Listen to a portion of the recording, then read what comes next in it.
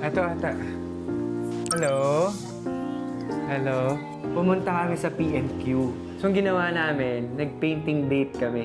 Ano nilagay mo? Bakit kaya tayo yung AI girl? Honestly, nakakalimutan ko na yung mga nilagay ko. Pero feeling ko kasi malaking factor sa akin yung personality.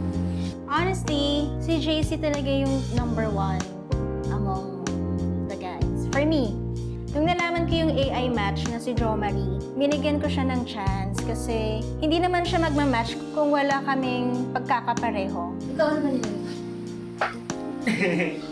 Yung nilagay ko sa akin, yung naalala ko nilagay ko sa akin, yung yan type ko. Softie. Softie na clean girl. Ganun, medyo mahinhin.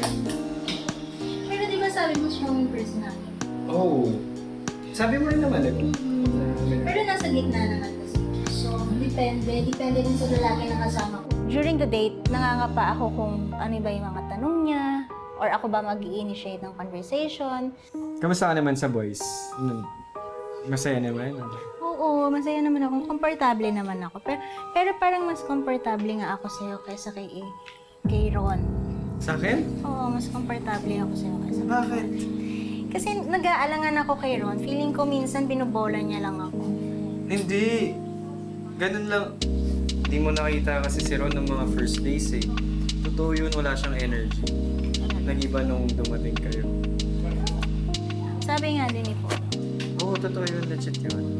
Etong time na to, sabi ko, sige, kakausapin ko si Alex. Pero ang intention ko talaga is, i-push yung tropa ko si Ron. Sayang mo, interested pa naman sa isa.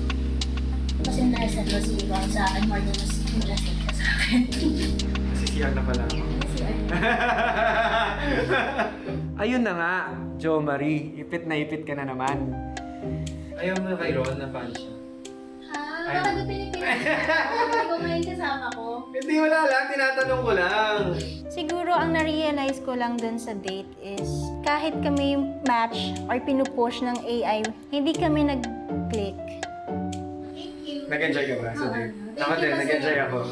Galing mo, galing mo. Ganda nung kinalabasan. Yes, good. Yeah, thank you very much. The job was yeah. Thank you so much. Thank you. Thank you. After nung date namin ni Alex, alam ko na sa sarili ko, klarong-klaro, na hindi talaga kami match, personality-wise.